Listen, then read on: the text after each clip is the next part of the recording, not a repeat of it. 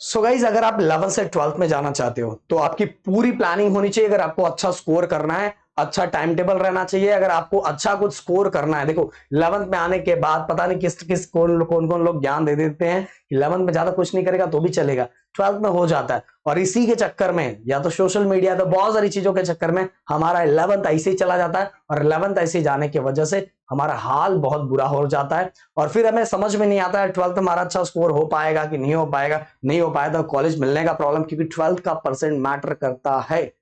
12th में अच्छा score करना मैटर करता है, इसलिए 12th में लाना पड़ेगा। और गाइज आप सभी से एक चीज जरूर ईमानदारी से पूछना चाहूंगा आप लोगों से कि प्लीज कमेंट करके बताओ कि आप वही बैच हो जो हमसे 10th में पढ़े थे। और आपको मुझे अपने बारे में बताने की जरूरत नहीं है, राहुल सर के बारे में बताने की जरूरत है, क्योंकि आप बिल्कुल बहुत अच्छी तरीके से जानते हो कि हमने क्या से क्या कर दिया था उस साल क्या किया था और उस साल क्या हाल था, फिर भी हमने आपके लिए क्या किया था। और इसको मैं हेल्प नहीं बोलूंगा, एज अपने दोस्तों को मैंने सपोर्ट किया था। तो भाई वही बैच इस साल है। और इस साल तो आपके सर ने, अगर आप थोड़ा इस चैनल पे रहे होंगे या इधर उधर भटकने के बदले इसी चैनल पे आप रहे होंगे तो आपको ये भी पता है कि इस साल हमने रिकॉर्ड ब्रेक कर दिया। 12th के बाद तो 10th में हमने रिकॉर्ड ही बना दिया। 10th का अभी तक ऐसा रिकॉर्ड नहीं था जो रिकॉर्ड हमने बनाया, जबकि हमारे नंबर ऑफ सब्सक्राइबर बहुत कम थे, फिर भी सबसे ज्यादा देखने वाले बच्चे हमें हमें इस साल के बच्चे थे। सो गाइज अब एक चीज ध्यान रखो कि अगर आप 11th से 12th में जा रहे हो तो सबसे पहले आपको प्रॉपर प्लानिंग होनी चाहिए, प्रॉपर प्लानिंग होनी चाहिए।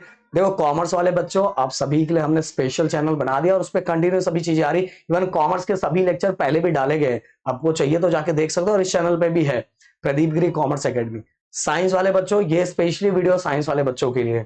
सो अगर मैं बताऊं, देखो physics, chemistry, math, bio, PCM भी, अगर मान लो आपका चारों सब्जेक्ट है, चारों सब्जेक्ट है, आपको एक महीने के अंदर, हम ऐसा कंसिडर करके चलते हैं, हमारा 2 मंथ का टारगेट है।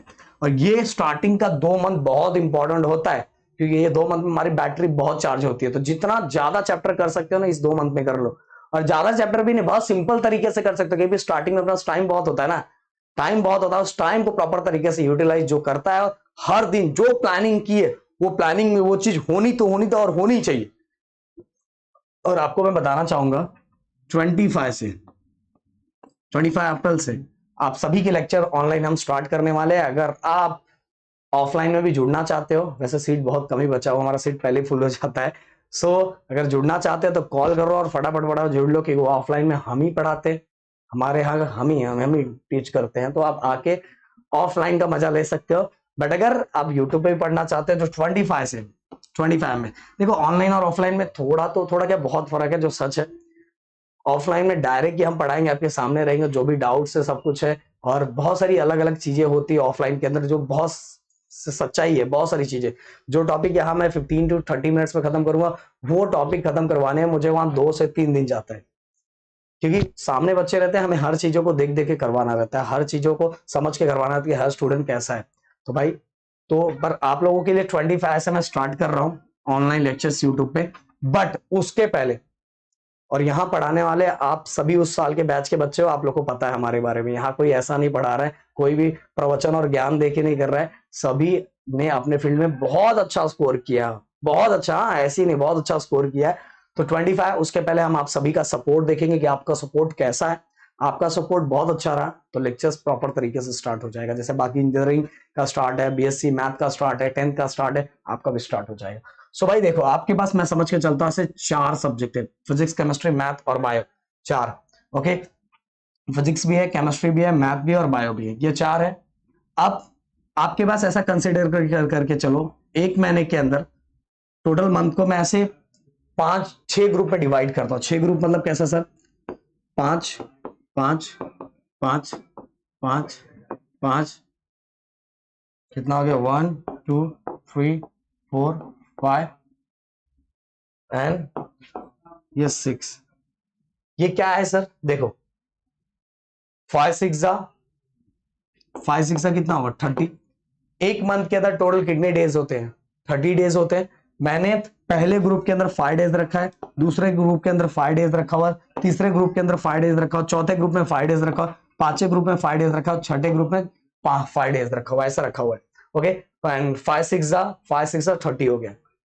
अब अगर हम ऐसा प्लान करके चलते हैं कि मेरे पास 5 दिन है और उस 5 दिन के अंदर पहले ग्रुप के अंदर टोटल 5 दिन है, एक पहला, दूसरा, तीसरा, चौथा एंड पांचवा। ध्यान से सुनना। तो पहले दिन मैं फिजिक्स का एक चैप्टर करूंगा, दूसरे दिन केमिस्ट्री का एक चैप्टर करूंगा, तीसरे दिन मैथ का ट्राई करूंगा, अंदर इसके बाद बायो अगर मेरा हो, अगर बायो नहीं है तो फिर से मैं मैथ की प्रैक्टिस करूंगा कि मैथ को एटलीस्ट 2 दिन लगेगा, और मैथ को ही मैं 2 दिन कर सकता हूँ या 2 या 3 दिन कर सकता हूँ अगर मेरा पास पीसीएम है तो पर 5 दिन में वो अपने सब्जेक्ट को आप डिवाइड कर सकते हो, और हर दिन एक चैप्टर का टारगेट रख सकते हो। दिन भर बस एक चैप्टर का टारगेट रख सकते हो आराम से। अगर एक चैप्टर आप करते हो, एक चैप्टर आप आराम से करते हो, ध्यान से सुनना अच्छे से, एक चैप्टर आप करते हो तो पहला 5 दिन में एक चैप्टर किया, दूसरे 5 दिन में एक चैप्टर किया, तीसरे 5 दिन में एक चैप्टर किया, चौथे 5 दिन में एक चैप्टर किया, पांचवें जो हमारा ग्रुप है उसमें एक चैप्टर किया, इसमें एक चैप्टर किया, तो टोटल मिला के फिजिक्स का ये टोटल 5 चैप्टर हो जाते हैं। कितने चैप्टर हो जाते हैं? 5। समझ में आ रहा? 5। तो ये एक मंथ का है। देन उसके बाद दूसरे मंथ का, तो 5 कितना होगा? 10। अगर मान लो हम ऐसा समझ के चलते हैं कि आपने 5 चैप्टर नहीं कर पाए, आप 3 ही चैप्टर कर पा रहे, तो भी 2 महीने के अंदर आप कितने चैप्टर कर लेते हो? ओनली फिजिक्स का लेके चलता हूं। आप ये 5 दिन में पहले दिन एक फिजिक्स करोगे, दूसरे केमिस्ट्री में, बस एक फिजिक्स का कंसीडर करके चलता हूं कि आपने पहले मंथ के अंदर टोटल फिजिक्स का 5 टारगेट है, पर आप मान लो 3 ही कर रहे हो, तो 3 इसमें किया, अगले महीने 2 महीने का टारगेट है, 3 अभी किया, दूसरे में 3 किया, तो 3 कितना होगा? 6 चैप्टर आपके हो गए, और बहुत बहुत बहुत 6 आपने एटलीस्ट कर लिया ना, तो आप भाई 40 to 50% तक पहुंच गए। बट अगर आपने 5 कर लिया तो भाई 60-70% आपका हो चुका है। समझ में आ रहा मेरी बात? तो ये टारगेट बस एक ही चैप्टर का करने के लिए बोल रहा हूं, एक चैप्टर। अगर आप, हम लोग तो ज्यादा चैप्टर करते थे, हम तो 2 कर रहे हैं, हमारा टारगेट रहता था, हम बाकी का भी एक 2 दिन में, एक ही दिन में 2 सब्जेक्ट हम लेके चलते थे, ऐसा करके चलते थे, 2 या 3 लेके चलते थे। बट आप अपना टारगेट 1 का बना सकते हो, अगर आप ऐसे स्टूडेंट नहीं हो कि नहीं सर अभी आदत छूट गई है पढ़ने की, तो आप इस तरह से कर सकते हो। अगर आप इस तरह की प्लानिंग करोगे तो भाई 2 महीने के अंदर आपका बहुत अच्छी चीजें खत्म हो जाएगी। और इसी के साथ ही हर दिन, अगर आपने पहले दिन इस मतलब पहले ग्रुप के जो हमारा 5 डेज का एक ग्रुप है, उसके अंदर पहले दिन आपने फिजिक्स किया, तो जब दूसरे दिन केमिस्ट्री करने जा रहे थे, कुछ टाइम फिजिक्स के रिवीजन के लिए भी दे देना। फिर इसके बाद मैथ करने जा रहे हैं, तो उसके पहले फिजिक्स और केमिस्ट्री का जो पढ़ा है उसको भी रिवाइज कर लो। इस तरह से आप रिवाइज करते रहोगे तो बाकी चीजें भूलोगे भी नहीं, और दिमाग में बाकी चीजें याद रहेगी। तो भाई इस तरह से 2 मंथ की आप प्रॉपर प्लानिंग कर सकते हो। और इसी के साथ ही आज तो मैं जा रहा हूँ शिरडी बाबा के दरबार में। आप सभी के लिए मैं मतलब ऊपर वाले से प्रे करूंगा कि आप सभी का बहुत चीज अच्छी हो और शुरुआत बहुत अच्छा हो। तो मिलते हैं नेक्स्ट वीडियो में। Thank you so much guys. जय हिंद दोस्तों।